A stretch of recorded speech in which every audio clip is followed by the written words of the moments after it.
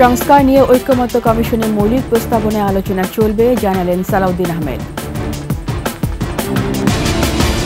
কুয়েট ভিসির পদত্যাগ চায় শিক্ষার্থীরা, বিপক্ষের শিক্ষক কর্মকর্তাদের মানববন্ধন। মুজিবনগর সরকারের নাম পরিবর্তনের কোনো ইচ্ছা নেই সরকারের, জানালেন মুক্তিযুদ্ধ বিষয়ক উপদেষ্টা।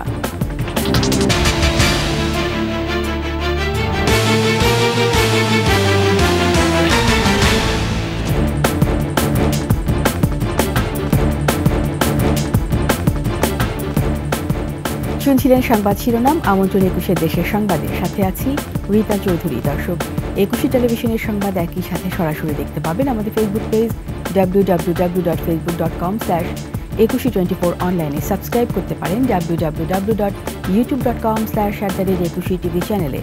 এছাড়া সংবাদ আরও থাকছে। পাহাড়ে চলছে সাংগ্রাই উৎসব, জলকেলিতে মেতেছে বান্দরবানের পাহাড়ি পল্লী।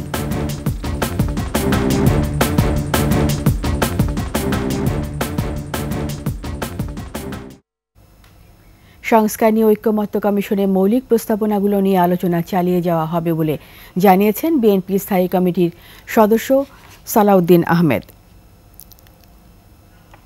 দলটির নীতি নির্ধারণী ফোরামের আরেক সদস্য নজরুল ইসলাম খান বলেন, অতি সংস্কারে যেন জন আকাঙ্ক্ষা স্থিমিত হয়ে না যায় সেদিকেও খেয়াল রাখতে হবে।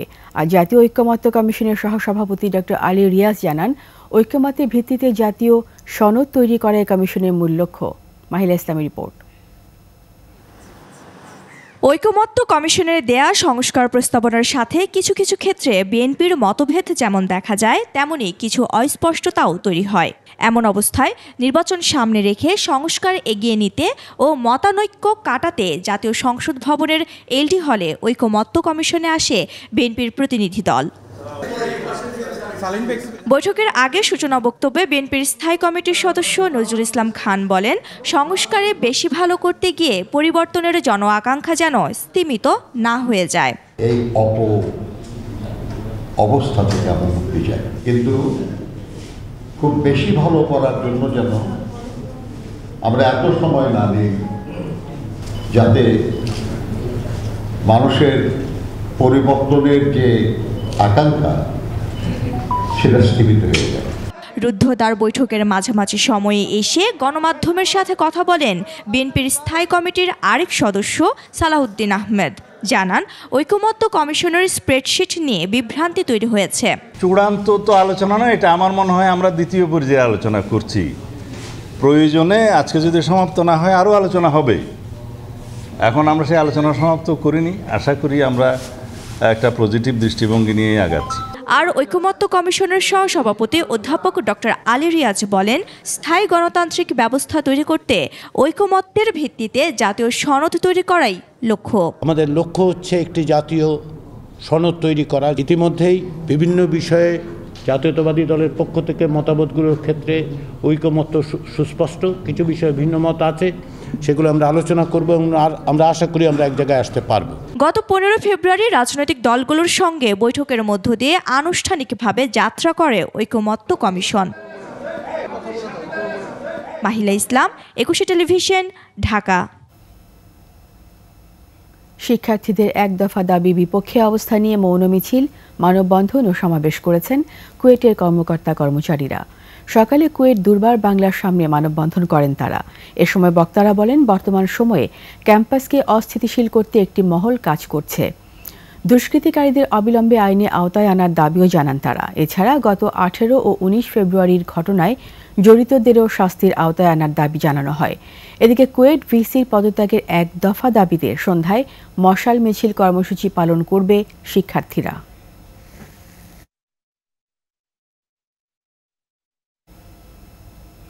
মুজিবনগর সরকারের নাম পরিবর্তনের কোনো ইচ্ছা সরকারের নেই, জানিয়েছেন মুক্তিযুদ্ধ বিষয়ক উপদেষ্টা ফারুক ই আজম।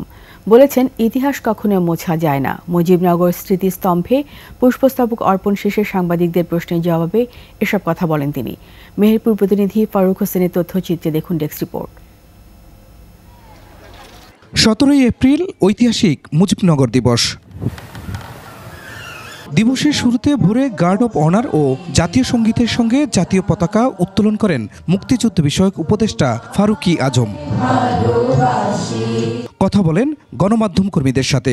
মুজিবনগরের নাম পরিবর্তন করা হবে কিনা এমন প্রশ্নে উপদেষ্টা জানান, অন্তর্বর্তীকালীন সরকারের সেই ইচ্ছা নেই। প্রবাসী সরকার বলি, আমরা অস্থায়ী সরকার বলি, যে সরকারের শপথ গ্রহণ এখানে, এটা জাতির জন্য অনেক গৌরবোজ্জ্বল একটা অধ্যায়। এটা অমলিন থাক, আমরা চিরকাল যেন এই শ্রদ্ধা ভালোবাসায় সবাই যেন এটাকে বরণ করতে পারি, এটাকে উদযাপন করতে পারি। এই সরকার সাংবিধানিকভাবেই সৃষ্টি হয়েছে বলে জানান ফারুকী আজম। বলেন, ভুয়া মুক্তিযোদ্ধাদের বিরুদ্ধে ব্যবস্থা নিতে সরকার কাজ করছে। ক্ষেত্রে আমরা অনেক উদ্যোগ ইতিমধ্যেই গ্রহণ করেছি। কিছু বিষয় আছে আদালতের রায়ের অপেক্ষায় আছে, আদালতে আমরা কন্টেস্ট করছি। 1971 সালের 17 এপ্রিল জাতীয় নেতৃবৃন্দদের গার্ড অব দেয়া 2 আনসার সদস্যকে সম্মাননা দেয়া হয়। Khurshid Alam, desk report, 21 television. শুষ্ক মৌসুমের শুরুতেই শুকিয়ে গেছে মৌলভীবাজারের লাওয়াছড়া বনের সবকটি ছড়া। কৃত্রিম জলাধারেও নেই পানি, কমেছে পশু খাদ্যের গাছগাছালি। খাবার ও পানি খোঁজে পাশের লোকালয়ে চলে যাচ্ছে বনের জীবজন্তু। মৌলভীবাজার প্রতিনিধি Bikul Chakraborty তথ্যচিত্রে desk report. 2740 hectare আয়তনের দেশের সবচেয়ে বড় রেইন ফরেস্ট মৌলভীবাজারের লাউয়াছড়া বন। প্রতি বছর শুষ্ক মৌসুমে লাউয়াছড়ার ভিতর দিয়ে প্রবাহিত লাউয়াছড়া, জানকীছড়া, ডুলুছড়া ও মাগুরছড়া সহ সবকটি ছড়াই শুকিয়ে যায়। চলতি মৌসুমেও তাই হয়েছে। বনের ছড়াগুলোতে নেই ছিটেফোঁটা পানি, বৃষ্টির অভাবে পানি নেই কৃত্রিম জলাধারেও। পানির জন্য বন্যপ্রাণীর চারদিকে ছুটাছুটি, চলে আসছে লোকালয়ে। অনেক সময় আতঙ্কগ্রস্ত মানুষের হাতে মারা পড়ছে অনেক প্রাণী। জঙ্গলের ভিতরে কোনো পানি টানি নাই, এখন জীবজন্তু আর ধরলেন বাড়ি ঘরের জায়গা। লাউয়াছড়া বনে কিছু পরিত্যক্ত ছড়া আছে, সেই ছড়াগুলোকে পুনর্খনন করা অথবা পরিকল্পিতভাবে বন্য প্রাণীদের জন্য পানির উৎস তৈরি করে দেওয়া। প্রকৃতিপ্রেমীরা বলছেন, জুন জুলাই হচ্ছে বন্যপ্রাণীর বংশবিস্তারের সময়। এ সময় বনে পর্যটক প্রবেশ বন্ধ সহ পরিকল্পিত জলাধার স্থাপন, ছড়া খনন সহ পশু খাদ্যের গাছ রোপণ প্রয়োজন। ব্রিডিং সিজনে 2 মাস বন সিল করা থাকুক, কোন রকমের টুরিস্ট বা কোন রকম বনজীবীরা এতে প্রবেশ করতে পারবে না। এ বিষয়ে কর্তৃপক্ষকে অবগত করা হয়েছে বলে জানায় বন বিভাগ। পানিটা ধরে রাখতে পারি এবং পানিটার যাতে সারা বছরই পানিটার যাতে ব্যবস্থা হয় সেই বিষয়ে আমাদের আসলে কর্মপরিকল্পনা আছে। লাউয়াছড়াকে বন্যপ্রাণীর আবাসযোগ্য করতে বন ও পরিবেশ অধিদপ্তরের সমন্বিত উদ্যোগ নেওয়ার কথা বলছে প্রকৃতিপ্রেমীরা। Khurshid Alam, desk report, 21 television. দুর্নীতির অভিযোগে পিরোজপুর স্থানীয় সরকার প্রকৌশল অধিদপ্তরের জেলা হিসাবরক্ষক অফিসের 4 কর্মকর্তা ও এলজিইডি অফিসের 1 কর্মচারীকে গ্রেপ্তার করেছে দুর্নীতি দমন কমিশন দুদক। বুধবার রাতে তাদের গ্রেপ্তার করা হয়। এর আগে মঙ্গলবার দুদকের সমন্বিত জেলা কার্যালয়ের উপপরিচালক মোহাম্মদ আমিনুল ইসলাম 23 জনকে অভিযুক্ত করে 8টি মামলা দায়ের করেন। এদের মধ্য থেকে 5 জনকে গ্রেপ্তার করা হয়। তারা হলেন district accounts and finance officer Mohsin, SAS super Masum Howlader ও নজরুল ইসলাম, সাবেক district accounts and finance officer Alamgir Hasan এবং পিরোজপুর LGED অফিসের হিসাবরক্ষক AKM মোজাম্মেল হক খান।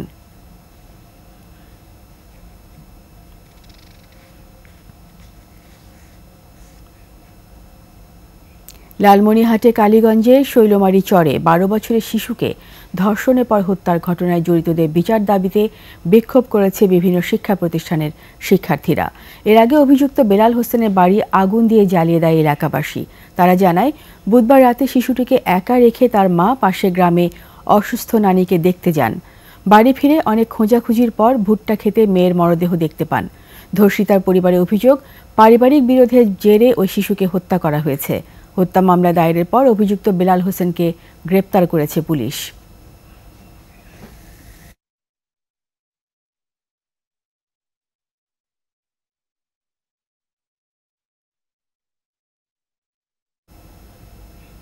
বর্ষবরণ আনন্দ শোভাযাত্রার মোটিভ নির্মাণকারী শিল্পী মানবেন্দ্র ঘোষের বাড়িতে অগ্নিকাণ্ডের ঘটনায় 6 সদস্যের তদন্ত কমিটি করেছে মানিকগঞ্জ জেলা প্রশাসন। অতিরিক্ত জেলা ম্যাজিস্ট্রেট নাজমুল হাসান খানকে প্রধান করে কমিটিকে আগামী 3 কার্যদিবসের মধ্যে প্রতিবেদন জমা দিতে বলা হয়েছে। এরই মধ্যে এই ঘটনায় 8 জনকে গ্রেপ্তার করা হয়েছে। মানিকগঞ্জ প্রতিনিধি আলামিন মাহমুদের তথ্যচিত্রে দেখুন ডেস্ক রিপোর্ট। মঙ্গলবার রাত 3টার দিকে মানিকগঞ্জ সদর উপজেলার গড়পাড়া ইউনিয়নের ঘোষের বাজার এলাকায় শিল্পী মানবেন্দ্র ঘোষের বাড়ির একটি ঘরে আগুন দেয় দুর্বৃত্তরা। ঘটনার পরপর জেলা প্রশাসক সহ আইনশৃঙ্খলা বাহিনীর সদস্যরা ঘটনাস্থল পরিদর্শন করেন। দুপুরে মানবেন্দ্র ঘোষের বাড়ি পরিদর্শনে যান জেলা প্রশাসক। সে সময় মানবেন্দ্র ঘোষের পরিবারকে সরকারের পক্ষ থেকে 20,000 টাকা দেওয়া হয়।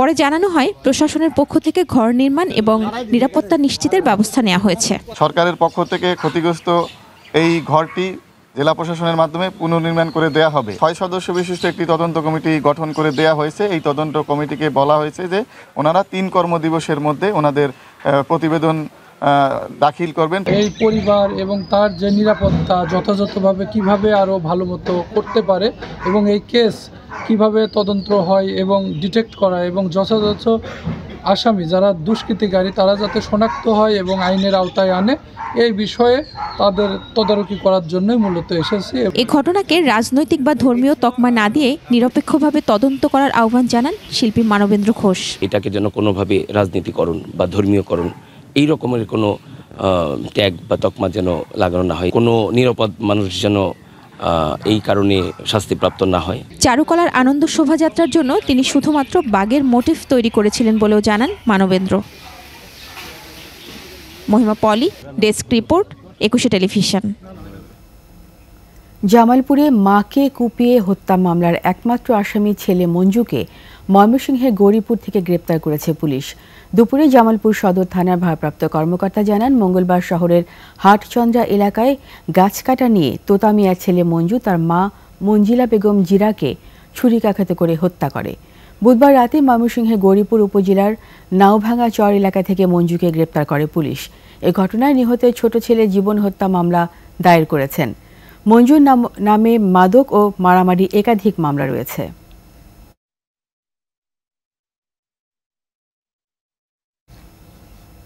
গাইবান্ধার সাদুল্লাপুরে বিয়ের বাড়িতে প্রেমিকের বাড়িতে অনশন করেছেন প্রেমিকা। এদিকে মীমাংসার কথা বলে উভয় পক্ষের টাকা নিয়ে উধাও ইউনিয়ন পরিষদের চেয়ারম্যান। স্থানীয়রা জানান, গত 13 এপ্রিল প্রেমিক মোর্শেদ মিয়ার বাড়িতে চলে আসেন ওই নারী। বিয়ের আগে থেকেই তাদের দুজনের প্রেমের সম্পর্ক ছিল বলেও জানান তারা। পরে ওই নারী স্বামীকে তালাক দিয়ে চলে আসেন মোর্শেদ মিয়ার বাড়িতে। তবে মোর্শেদ মিয়ার প্রেমিকাকে বাড়িতে রেখে সটকে পড়েন। বিষয়টি ইউপি চেয়ারম্যান রবিউল ইসলামকে জানানো হলে মীমাংসা করে দেওয়ার কথা বলেন তিনি। তবে ছেলে ও মেয়ের পক্ষের দাবি, ইউপি চেয়ারম্যান রবিউল ইসলাম তাদের কাছ থেকে টাকা নিয়ে পালিয়ে যান। তবে টাকা নেওয়ার কথা অস্বীকার করেন রবিউল ইসলাম।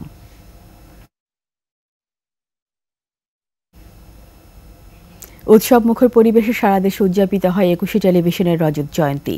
দিনব্যাপী আয়োজনে ছিল শোভাযাত্রা, র্যালি, সাংস্কৃতিক অনুষ্ঠান সহ নানা কর্মসূচি। প্রতিনিধিদের তথ্য ছবিতে ডেস্ক রিপোর্ট। শরীয়তপুরে 21 টেলিভিশনের জন্মদিনে বের করা হয় র্যালি, ছিল আলোচনা সভা, কেক কাটা ও পান্তা ভাতের আয়োজন। যশোরের বেনাপোলে 25 বছর পূর্তিতে কেক কাটা, আনন্দ র্যালি ও আলোচনা সভার আয়োজন করা হয়। ভোলায় বর্ণাঢ্য র্যালি, কেক কাটা, আলোচনা সভা ও সাংস্কৃতিক অনুষ্ঠানের মধ্য দিয়ে পালন করা হয় 21 টিভির প্রতিষ্ঠাবার্ষিকী। কিশোরগঞ্জে র্যালি, কেক কাটা, আলোচনা সভা, ছোটদের চিত্রাঙ্কন প্রতিযোগিতা ও সাংস্কৃতিক অনুষ্ঠানের আয়োজন করা হয়। মাগুরায় আলোচনা সভা, র্যালি ও কেক কাটার মধ্য দিয়ে পালন করা হয় 21 রজত জয়ন্তী। মানিকগঞ্জে র্যালি, আলোচনা সভা ও কেক কেটে 21 রজত জয়ন্তী পালিত হয়। অনুষ্ঠানে অংশ নেয় নানা শ্রেণী পেশার মানুষ। নারায়ণগঞ্জে উৎসব মুখর পরিবেশে কেক কেটে 21 জন্মদিন পালন করা হয়। নীলফামারীতে কেন্দ্রীয় শহীদ মিনার প্রাঙ্গণ থেকে শুরু হয় বর্ণাঢ্য র্যালি, কণ্ঠে কণ্ঠ মিলিয়ে উচ্চারিত হয় গণতন্ত্র, সত্য ও ন্যায় বিচারের পক্ষে 21 শপথ। র্যালি শেষে প্রেস ক্লাব মিলনায়তনে আলোচনা সভার আয়োজন করা হয়। রজত জয়ন্তী উদযাপন উপলক্ষে পটুয়াখালীতে অসচ্ছল ও পথ শিশুদের বিনামূল্যে চিকিৎসা সেবা দেওয়া হয়। ব্রাহ্মণবাড়িয়ায় কেক কেটে রজত জয়ন্তী উৎসব পালন করা হয়। পরে প্রেস ক্লাবে আয়োজন করা হয় আলোচনা সভার। Masuma Lisa, desk report, 21 television. এদিকে ইটিভি রজত জয়ন্তী উপলক্ষে নানা আয়োজন হয় দেশ জুড়ে। দর্শক চাহিদা পূরণে 21 টিভি আগামী দিনেও অগ্রণী ভূমিকা রাখবে এমন প্রত্যাশা দর্শকদের কণ্ঠে। প্রতিনিধিদের তথ্য ছবিতে ডেস্ক রিপোর্ট। 21 টেলিভিশনের 25 বছর পূর্তি ও রজত জয়ন্তী উপলক্ষে ঝিনাইদহে উজির আলী স্কুল মাঠে হয় লাঠি খেলা। এছাড়া শিক্ষার্থী, পথশিশু, কৃষক সহ সকল শ্রেণীর মানুষের অংশগ্রহণে হয় ক্রীড়া অনুষ্ঠান। অনুষ্ঠানে সার্বিক সহযোগিতা করে 21 দর্শক ফোরাম। 21 টেলিভিশন যে সুনামের সাথে তার কার্যক্রম শুরু করেছিল এটা ধরে রাখবে। পাশাপাশি আমরা যেন আমাদের দেশের যতগুলো মিডিয়া আছে আমরা তাদের কাছ থেকে আমরা উত্তরোত্তর আরো ভালো সাংবাদিকতা আশা করব। 21-এর 25 বছর পূর্তিতে মৌলভীবাজারে 15 দিনের রজত জয়ন্তী উৎসবের 5ম দিনে গ্রামীণ জীবনযাপন, জাতীয় পতাকা, মুক্তিযুদ্ধ ও বর্ষা নিয়ে শিশুদের চিত্রাঙ্কন প্রতিযোগিতা হয়। পরে বিজয়ীদের হাতে পুরস্কার তুলে দেয়া হয়। 21-এর জন্মদিন উপলক্ষে লক্ষ্মীপুরে 3 দিন ধরে চলে উৎসব। এ উপলক্ষে র্যালিতে সাংস্কৃতিক সংগঠন সহ রাজনৈতিক নেতারা অংশ নেন। পরে দর্শক ফোরামের উদ্যোগে জেলা প্রশাসন কার্যালয়ের সামনে হয় লাঠি খেলা। 21 টেলিভিশনের 25 বছর পূর্তিতে দ্বিতীয় দিনে মাদারীপুরের কালকিনিতে চক্ষু রোগীদের বিনামূল্যে চিকিৎসা সেবা দেয়া হয়। ময়মনসিংহের ভালুকায় 21 টেলিভিশনের জন্মদিন উপলক্ষে চলে 3 দিনের অনুষ্ঠান।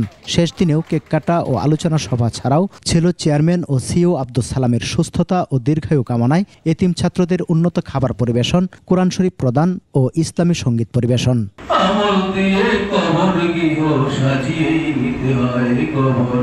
সমর ইসলাম, ডেস্ক রিপোর্ট, 21 টেলিভিশন। সংবাদ শেষ করব সাংগ্রাইয়ের উৎসবের খবর জানিয়ে। পাহাড়ে চলছে সাংগ্রাইয়ের উৎসব। জলকেলিতে মেতেছে বান্দরবানের পাহাড়ি পল্লী। পানি খেলার মাধ্যমে পুরনো বছরের সব দুঃখ কষ্ট গ্লানি ধুয়ে মুছে নতুন বছরকে বরণ করে মারমা সম্প্রদায়। উৎসবে অংশ নেন পর্যটকরাও। বান্দরবান প্রতিনিধি নজরুল ইসলাম টিটুর তথ্যচিত্রে দেখুন ডেস্ক রিপোর্ট। এভাবেই নেচে গিয়ে আনন্দ উল্লাসে মাতে পাহাড়িরা। নাচ, গান এবং বিভিন্ন সাংস্কৃতিক অনুষ্ঠানের মধ্যে উদযাপন করছে সাংগ্রাই উৎসব। মারমা সম্প্রদায়ের প্রাণের উৎসব সাংগ্রাই। উৎসবের প্রধান আকর্ষণ জলকেলিতে মাতোয়ারা সবাই। তাদের বিশ্বাস এই উৎসবের মধ্য দিয়ে অতীতের সকল দুঃখ, গ্লানি ও পাপ ধুয়ে মুছে যাবে। সেই সঙ্গে তরুণ তরুণীরা বেছে নেবে তাদের জীবন সঙ্গীকে। আমরা প্রত্যেক বছর অপেক্ষায় থাকি সাংগ্রাইয়ের জন্য। পুরনো বছরকে বিদায় জানিয়ে আমরা নতুন বছরকে গ্রহণ করি। দীর্ঘ 1 বছর অপেক্ষা করার পর আমরা এই দিনটাকে ফিরে আসি। আমরা পুরনো দিনের সব দুঃখ, ক্লান্তি, ঝগড়া, জাতি সমস্ত কিছু ভুলে গিয়ে আমরা এই বছরে নতুন করে জীবন শুরু করি। নতুন উদ্যমে, নতুন নবরূপে যেন আমরা নতুন বছরকে স্বাগতম জানাতে পারি এবং সুন্দর মতো যেন আগামী বছর আমরা আমাদের জীবনটাকে সুন্দরভাবে পরিচালিত করতে পারি। বুধবার বিকেল থেকে পুরো বান্দরবানে চলছে পানি খেলা। চলবে শুক্রবার পর্যন্ত। শিশু থেকে শুরু করে তরুণ তরুণী এমনকি বয়স্করাও একে অপরের গায়ে পানি ছিটিয়ে নতুন বছরকে বরণ করে নিচ্ছে। উৎসবের রাতে পাড়া মহল্লায় মারমা তরুণ তরুণীরা রাত জেগে তৈরি করে পিঠা। পানি খেলার পাশাপাশি হয় সাংস্কৃতিক অনুষ্ঠান। শুক্রবার বিকেলে স্থানীয় রাজার মাঠে জলকেলি উৎসব এবং সাংস্কৃতিক অনুষ্ঠানের মধ্য দিয়ে শেষ হবে সপ্তাহব্যাপী সাংগ্রাই উৎসব। মহিমা পলি, ডেস্ক রিপোর্ট, 21 টেলিভিশন। এরই সাথে শেষ করছি 21 দেশের সংবাদ। যাবার আগে সংবাদ শিরোনামগুলো আরও একবার। সংস্কার নিয়ে ঐক্যমত্য কমিশনের মৌলিক প্রস্তাবনায় আলোচনা চলবে, জানালেন সালাউদ্দিন আহমেদ। কুয়েট ভিসি পদত্যাগ চায় শিক্ষার্থীরা, বিপক্ষের শিক্ষক কর্মকর্তাদের মানববন্ধন।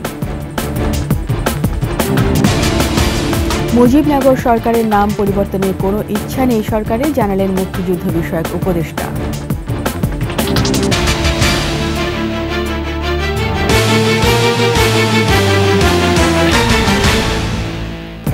সবশেষ সংবাদ জানতে ডায়াল করুন 2021 নম্বরে আর ভিজিট করুন 21-tv.com ওয়েবসাইটে। ফেসবুকে ভিজিট করতে পারেন www.facebook.com/2124 অনলাইনে। সাবস্ক্রাইব করতে পারেন www.youtube.com/21tv চ্যানেলে। এতক্ষণ সঙ্গে থাকার জন্য সবাইকে ধন্যবাদ। পরবর্তী সংবাদ সন্ধ্যা ৭টায় দেখার আমন্ত্রণ রইল। ২১-এর সাথেই থাকুন।